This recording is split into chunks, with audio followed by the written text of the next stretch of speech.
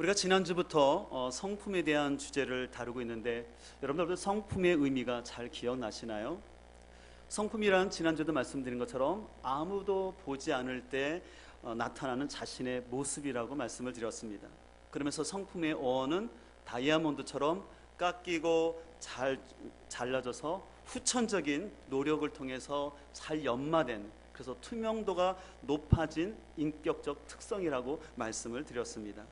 특별히 우리 믿는 성도들은 매 순간마다 예수님이라면 어떻게 하실까를 생각하고 행동하는 것이라고 말씀을 드렸습니다. 여러분은 지난 한 주간 동안 생활하면서 과연 예수님이라면 어떻게 생각하고 말하고 행동할 거를 생각하고 생활하셨나요? 어떤 분이 우스갯소리로 이런 말을 했습니다. 대화란 대놓고 화내는 것이다. 그런 말을 했는데 우리는 그리스도인으로서 성숙한 또 생각과 말을 해야 할 줄 믿습니다.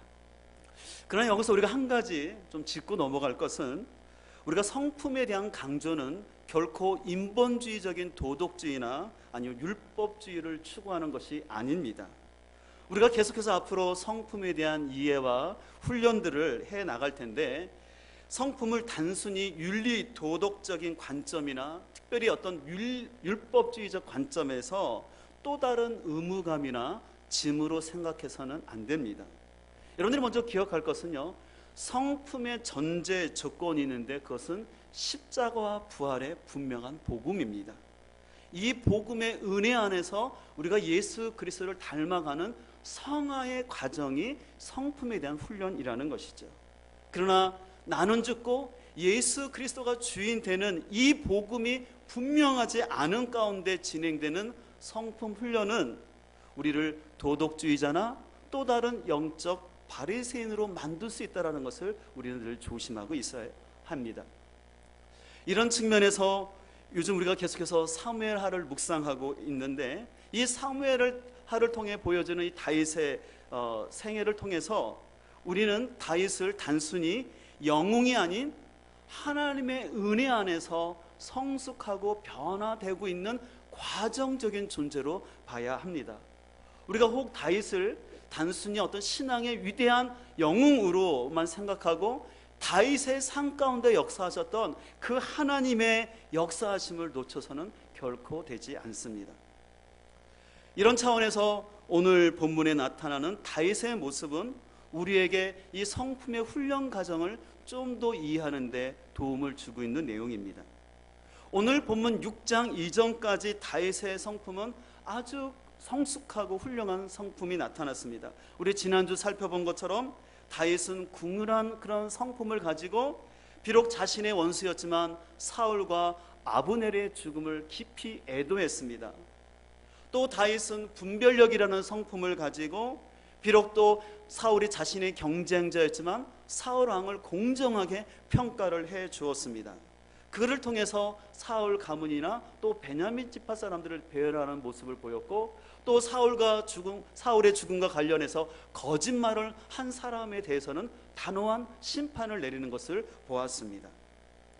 무엇보다 다윗의 생애에 있어서 이 다윗은 통일 왕국을 이루기까지 20년을 기다리면서 하나님이 기름 부은 왕이기 때문에 사울이 그렇게 자기를 죽이려 해도 그에게 손을 대지 않는, 그래서 그 때를 기다리는 철저히 자기 부인과 기다림의 영성으로 살아왔던 것을 우리는 잘 알고 있습니다. 또 사무엘하 5장 10절 이하를 보게 되면 다윗이 2번씩이나 하나님께 반복해서 여쭈면서 블레셋과의 전쟁에서 대승을 했던 것을 우리는 잘 알고 있습니다. 그래서 여기까지의 다윗의 모습을 본다면, 아까도 말씀한 것처럼 다윗은 20년 동안이나 하나님의 때를 기다렸고, 또 하나님이 세우신 건의에 대해서 철저히 순종하는 모습을 보였고, 자신의 적까지 포용하는 아주 마음이 넓은 덕장의 모습을 잘 보여줬습니다. 게다가 이스라엘 백성들이 늘 점령하지 못했던 그 난공불락과 같이 여부수 사람들이 살고 있는 예루살렘 산성을 빼앗아서 그것을 다윗성으로 만들어 아주 용감함이 가득한 그런 다윗의 모습을 나타냈습니다. 이런 가운데 이제 오늘 본문에서 다윗은 이제 20년 동안 하나님의 법궤가 아비나답의 집에 있었는데 그것을 모셔오고자 합니다. 그래서 여러분 몇 명을 동원했다고 그랬습니까? 3만 명을 동원했습니다. 자, 그래서 오늘 6장 3절 이하의 말씀을 세 번역에서는 이렇게 기록되어 있습니다. 여러분들은 앞에 자막을 보시면 되겠는데요. 그들이 언덕 위에 있는, 우리 개역개정에는 산으로 되어 있는데 산보다는 언덕이 좀 더 정확한 표현입니다. 그들이 언덕 위에 있는 아비나답의 집에서 하나님의 궤를 꺼내서 새 수레에 신고 나올 때 아비나답의 두 아들 우사와 아이오가 그 새 수레를 몰았다.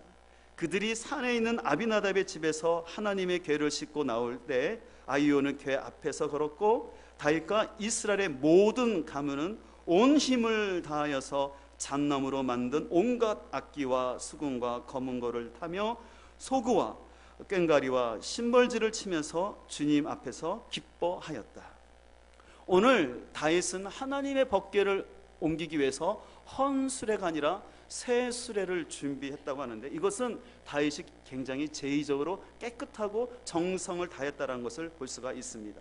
또 5절에 보게 되면 이 일 가운데 다윗 가문뿐만 아니라 이스라엘의 모든 족속, 모든 지파가 연합하여서 이 일을 치루었고, 또 그들은 각종 악기를 통해서 하나님을 찬양하는 아주 열정적인 예배의 모습을 보이고 있었습니다.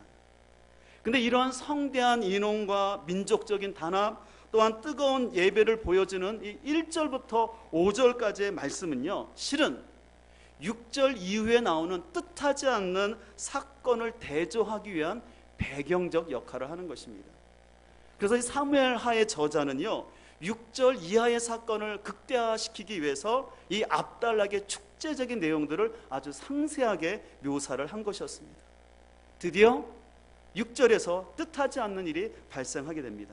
6절을 보실까요?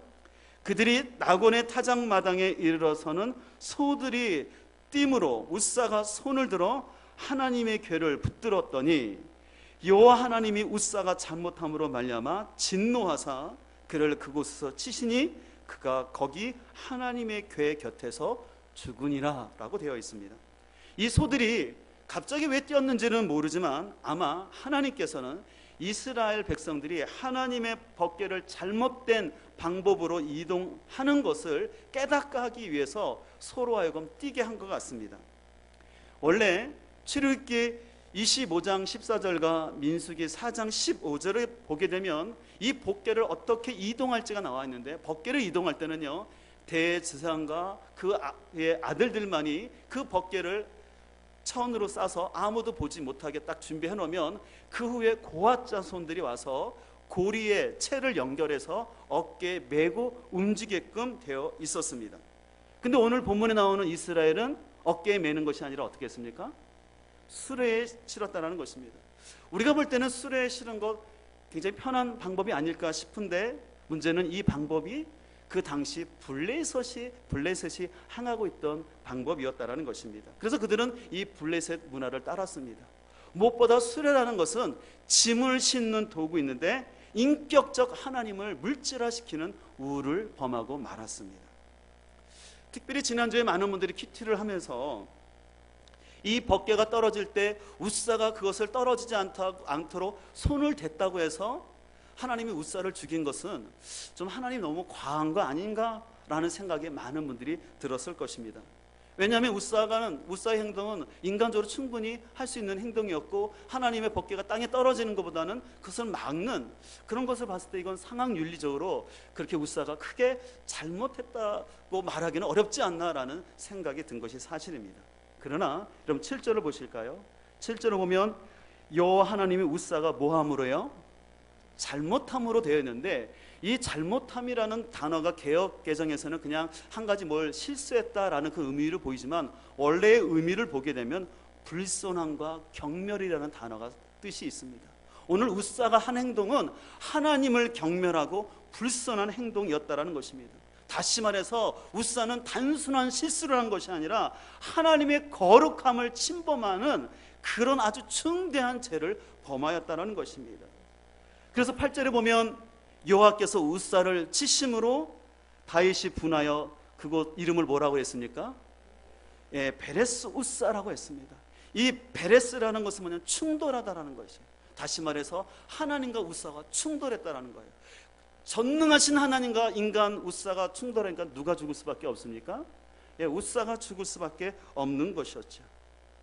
아까도 말한 것은 우리가 볼 때는 이 우사가 단순한 실수를 한 것 같지만, 어떤 반사적인 행동을 한 것 같지만, 우사는 하나님의 말씀을 명백하게 훼손한 것이었습니다.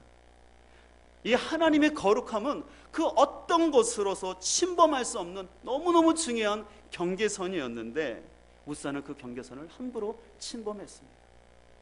아마 우사의 마음 가운데는요, 이 다윗 왕이 얼마나 이 심혈을 기울여서 법궤를 옮기려 하는지 그 마음을 알았고, 만약 법궤가 땅에 떨어지면 잔치 분위기가 흐트러질까 봐 그것을 막고자 이 법궤를 딱 붙잡았는지 모릅니다. 그러나 오히려 그가 하나님의 거룩이라는 경계를 침범함으로 말미암아 그가 거기서 죽음으로 말미암아 오히려 그 잔치의 분위기가 더 깨지고 한순간 얼음과 같은 상황이 발생하고 말았습니다. 근데 여러분, 이 본문을 통해서, 이 우사의 죽음을 통해서 하나님은 우사뿐만 아니라 다윗에게 경고의 메시지를 주고자 했습니다. 아무리 하나님께서 다윗의 산 가운데 함께 하셨고, 그래서 그가 블레셋을 물리치고 또한 그 예루살렘 산성까지 빼앗았다 할지라도 그가 매 순간 하나님 말씀에 순종하지 않는다면 우사와 같이 될 수 있다라는 경고를 다윗에게 준 것이었습니다. 근데 다윗은 이런 상황이 발생함으로 인해서 굉장히 화가 났습니다. 그래서 오늘 계속해서 보게 되면 9절을 보면 이렇게 되어 있습니다. 다윗이 그날에 여호와를 두려워하여 이르되 여호와의 궤가 어찌 내게로 오리요? 라고 말하는데, 이것은 어떤 뉘앙스인가요? 굉장히 불만 섞인 속상한 마음을 그대로 드러낸 것입니다. 오늘 다윗이 화를 낸 이유는요, 그만큼 다윗의 기대가 컸다라는 것을 반증합니다. 원래 사람이요, 별 기대를 하지 않거나 심혈을 기울이지 않을 때 일이 있으면 별로 속상하지 않아요. 그러나 자신이 굉장히 심혈을 기울이고 또한 자신이 열심히 계획한 의도가 틀어질 때 사람은 본능적으로 화가 나게끔 되어 있습니다. 오늘 여기서 우리가 다윗의 마음을 좀 살펴볼 필요가 있어요. 아까도 말한 것처럼 말이 그렇지 여러분들, 그가 17살에 사무엘로부터 안수 기름 부음을 받은 다음에 사울에게 쫓기면서 20년을 기다린다는 것 결코 쉬운 일이 아니었습니다. 그리고 어쨌든 그가 이제 20년을 기다려서 통일 왕국의 왕이 되었습니다. 그리고 여부수 사람들이 이 성은 어떤 장애인이 지켜도 지킬 수 있다고 장담하던 그 난공불락 그 성까지 빼앗았습니다. 그리고 늘 이스라엘을 괴롭히던 블레셋까지 다 몰아냈습니다. 그리고 다윗 성도 짓고 이제 다윗의 마음 가운데에는 마지막으로 하나님의 임재와 하나님의 뜻을 상징하는 이 언약궤만 이제 자신의 성으로 모인다면, 그래서 이 법궤를 옮기는 성대한 이벤트를 통해서 이제 하나님이 자신과 함께하고 하나님이 진정으로 세운 왕이 자신이었음을 아마 온 백성들에게 보이고 싶은 마음이 있었을지도 모릅니다. 그래서 다윗은 이 법궤 하나를 움직이기 위해서 300명도 아니고 3,000명도 아니고 몇 명이요? 3만 명을 동원했어요. 그리고 거기에 각종 악기 연주자를 동원했습니다. 그렇다면 여러분들 다윗이 얼마나 이 법궤 옮기는 거에 관심을 갖고 준비했는지 알 수 있지 않겠습니까?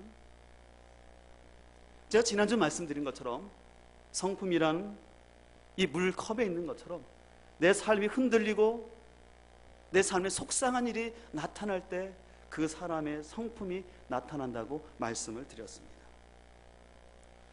오늘 다윗의 자기가 뜻한 대로 되지 않은 이 상황 속에서 다윗의 연약함이 나타납니다. 실은 아까 말한 것처럼 다윗에게는 이 법궤를 옮기는 의도가 있었어요. 20년 동안 그 모진 고생 가운데 자기가 왕이 됐고, 그래서 그 모든 것들을 어떻게 보상받듯이 진정 하나님이 자기를 세우셨음을 만천하에 드러내고 싶은 마음이 있어서 정치적인 목적을 가지고 이 법궤에 옮기는데 심혈을 기울였습니다. 그러나 자신의 의도와 생각이 너무 강한 나머지 하나님 말씀을 귀 기울여 듣지 못했습니다.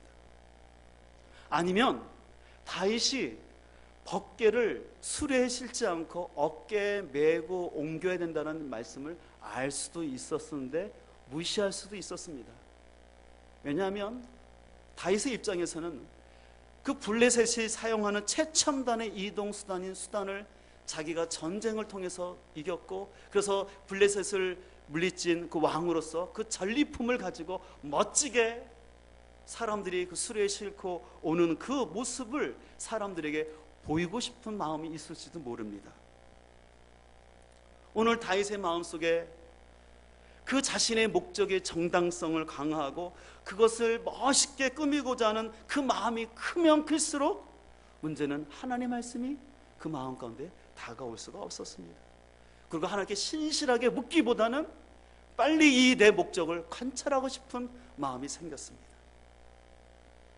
우리는 오늘 이 본문을 통해서 우리가 아무리 합당한 이유와 어떤 좋은 일이랄지라도 우리는 그 모든 방법까지도 하나님 말씀대로 해야 될 줄 믿습니다. 우리는 동기가 순수할 뿐만 아니라 그 일을 하는 과정 역시 마지막도 하나님 말씀대로 행해야 할 줄 믿습니다.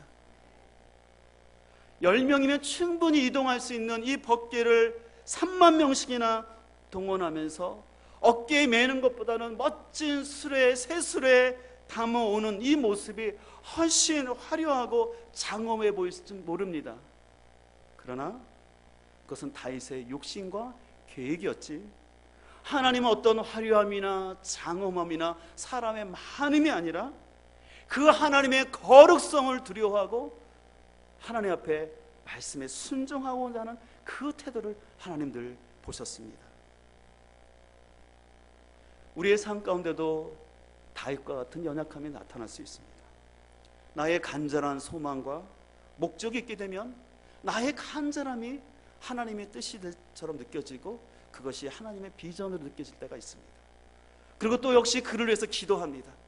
그럼 그 기도가 하나님의 뜻을 묻는 기도가 아니라 내 목적을 관찰하려는 간청의 기도가 되고, 그 간청의 기도가 세지면 세질수록 이것이 하나님의 뜻으로 우리는 더 느껴지고 그렇게 행동할 수밖에 없다라는 것입니다.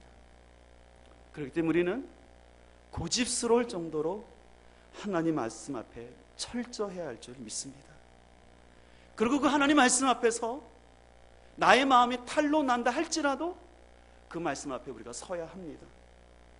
그래서 말씀을 여러분들이 큐티를 할 때마다 그 큐티를 통해서 다른 사람을 평가하는 것이 아니라 말씀보다 나의 욕망이 앞서지는 않는지, 말씀보다 자신의 의의를 드러나고자 하는 것은 없는지, 말씀보다 아니면 사랑과 환경에 더 민감하게 반응하고 있지 않은지 우리 자신을 살펴봐야 합니다.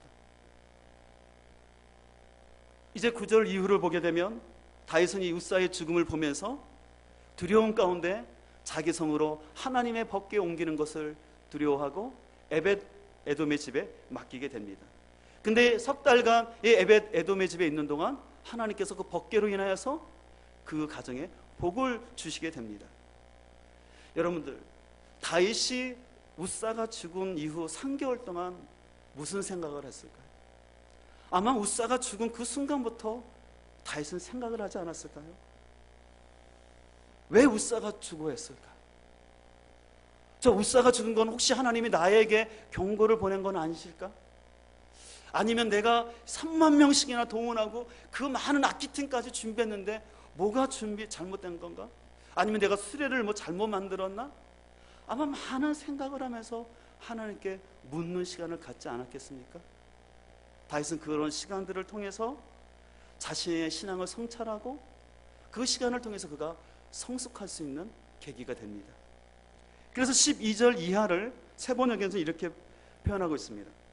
누군가가 오벳 에돔의 집에 하나님의 궤를 보관하였기 때문에 주님께서 오벳 에돔의 집과 그에게 딸린 모든 것에 복을 내려주셨다는 소식을 다윗 왕에게 전하였다. 그리하여 다윗은 기쁜 마음으로 가서 하나님의 궤를 오벳 에돔의 집에서 다윗성으로 가지고 올라갔다. 궤를 옮길 때 그는 큰 축제를 벌였다. 다윗은 주님의 궤를 맨 사람들이 6걸음을 옮길 때 행렬을 멈추게 하고 소와 살찐 양을 제물로 잡아서 바쳤다라고 기록하고 있습니다. 이 12절을 보게 되면 아까 웃사가 죽기 전과는 뭔가 좀 변화된 다윗의 모습을 볼 수가 있습니다. 다윗은 법궤를 옮기기 위해서 예전처럼 3만 명의 인원을 동원하지도 않았고 새 수레를 준비한 것이 아니라 다만 하나님을 경외하는 마음을 가지고 또 하나님을 기뻐하는 마음을 가지고 열정적으로 춤을 추면서 그 법궤를 하나님 앞에 하나님의 법궤를 옮기는 것을 보게 됩니다. 이러한 모습을 보게 되면 다윗이 다시 이제 하나님과의 관계가 회복되었음을 보여주는 것을 알 수가 있습니다. 그러면서 아마 다윗의 성품에도 뭔가 변화가 일어났음을 감지할 수 있습니다. 여러분, 우리가 성품 훈련을 이제 앞으로 하겠지만 이 성품 훈련은 하루아침에 이루어지지 않습니다. 때로는 환경 때문에 넘어지고 또 사람 때문에, 관계 때문에 넘어지면서 자신의 연약함이 나타날 수 있습니다. 근데 중요한 것은 내가 어떤 환경과 사람 때문에 나의 연약한 성품이 드러났을 때 그 부분을 정직하게 인정하는 거죠. 내 안에 이런 연약함, 내 안에 이런 욕심들이 있었음을 고백하고 그것을 변화시키려는 정직한 반응이 있을 때 하나님께서 우리 안에 역사할 줄 믿습니다. 그래서 여러분, 성품의 나무통이라는 것이 있습니다. 이 성품을 검증하는 나무통인데요, 이건 뭐냐면 성품이란 통에 물을 붓습니다. 이제 물을 넣게 되면 사람마다 그 성품에 따라서 바뀌게 되는 것을 볼 수가 있어요. 좀 화면을 좀 보여주시면 좋겠는데요, 그 성품마다 사람마다 물을 담아야 되는데 어떤 사람은 성품이 어느 부분이 연약함으로 인해서 그 부분 이상 물을 채우지 못하는 거예요. 그 성품만 좀 그 사람이 보완된다면 물을 더 채울 수 있음에도 불구하고 늘 그 사람은 그게 한계인 거예요. 그러면 사람마다 다 연약함이 있다라는 거예요. 내가 더 이상 내 삶에 물을 채우지 못하는 나의 연약한 성품이 있어요.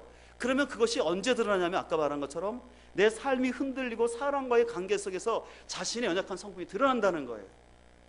그러면 어떻게 됩니까? 그걸 정직하게 인정하라는 거예요. 그리고 왜 내가 이렇게 반응하고 있는지를 하나님께 묻고 이것이 변화될 수 있도록 하나님 앞에 나아가는 것이죠. 근데 제일 안타까운 성품이 변화되기 어려운 사람은 뭐냐면 이런 거에 대해서 변명을 하는 거예요. 이런 상황이 나타날 때 환경을 탓하고 다른 사람에게 탓을 돌리고 나의 부모님 때문에 그렇고 이건 내 기질 탓이라고 하면 그런 사람은 성품이 성장할 수 없고 늘 그 수준선에서 머물 수밖에 없는 것입니다. 그럴 때 우리는 나의 연약함이 드러났을 때 그걸 정직함으로 받아들이고 말씀 묵상을 통해서 하나님 앞에 나아가고 말씀 묵상뿐만 아니라 기도를 통해서 나의 연약함이 극복되도록 나의 육신적인 것이 깨어지고 성령의 사람으로 성령의 열매가 나타날 수 있도록 더욱더 육신을 쳐서 우리가 기도하며 나아가야 할 줄 믿습니다. 우리가 말씀 묵상을 강조하지만 여러분들 꼭 기억할 것은 기도가 같이 가야 돼요. 왜냐하면 우리가 변화는 지식으로 되는 게 아닙니다. 말씀을 통해서 나를 분별하고 깨달은 다음에 그다음에 육신적인 소욕을 이기기 위해서는 성령 하나님의 도우심이 있어야 할 줄 믿습니다.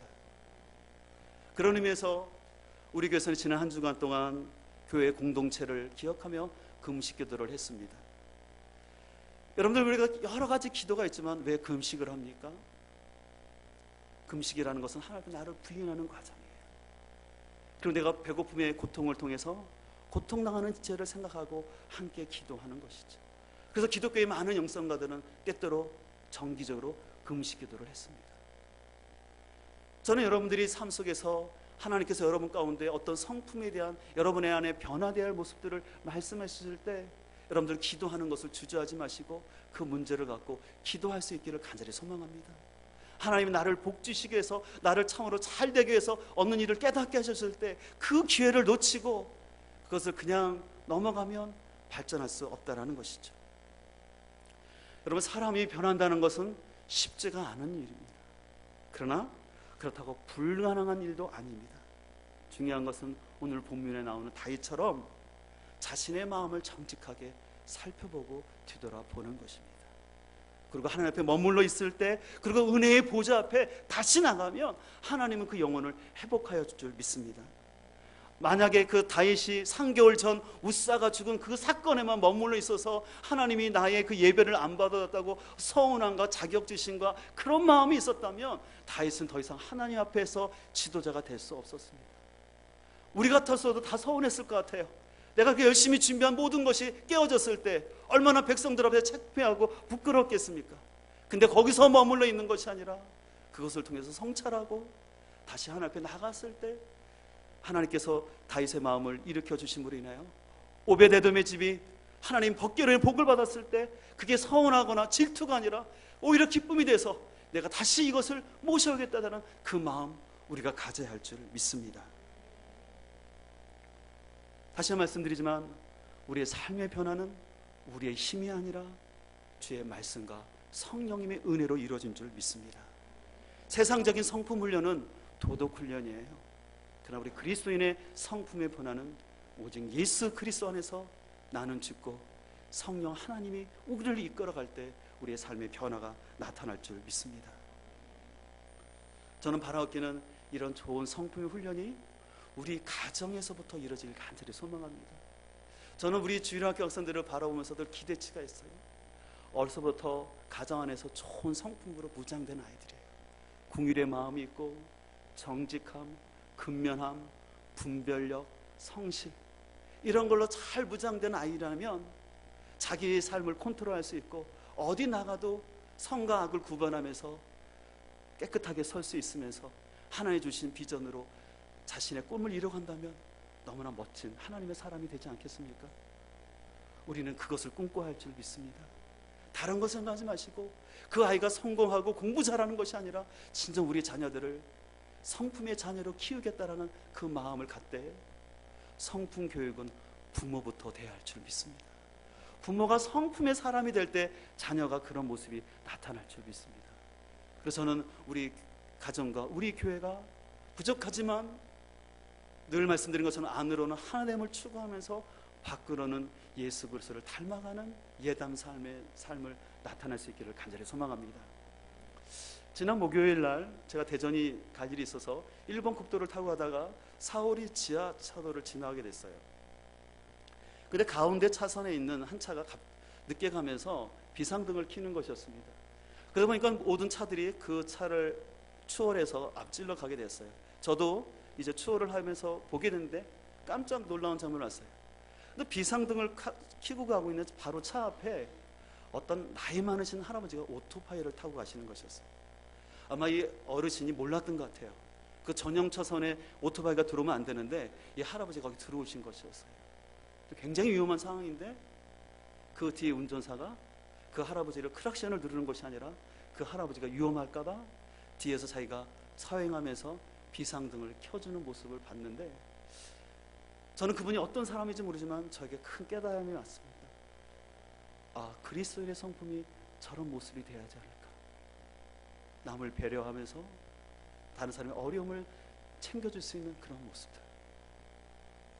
바라옵기는 우리의 모습 속에 예수님을 닮아가는 그런 성품들이 계속해서 나타날 수 있기를 소망합니다.